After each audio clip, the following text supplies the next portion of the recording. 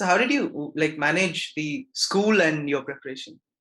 Like that. School and preparation, it was pretty difficult. I think I was not focusing much on school for a large part because online school tha, and because I Hmm. didn't want to do anything related to the studies. So Right. starting में I didn't focus at all.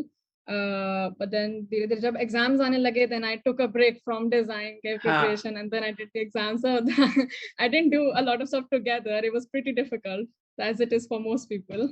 Right. I I guess think. I was lucky in the way it aligned that my Hmm. exams were over just before Oh yeah. the design exams came.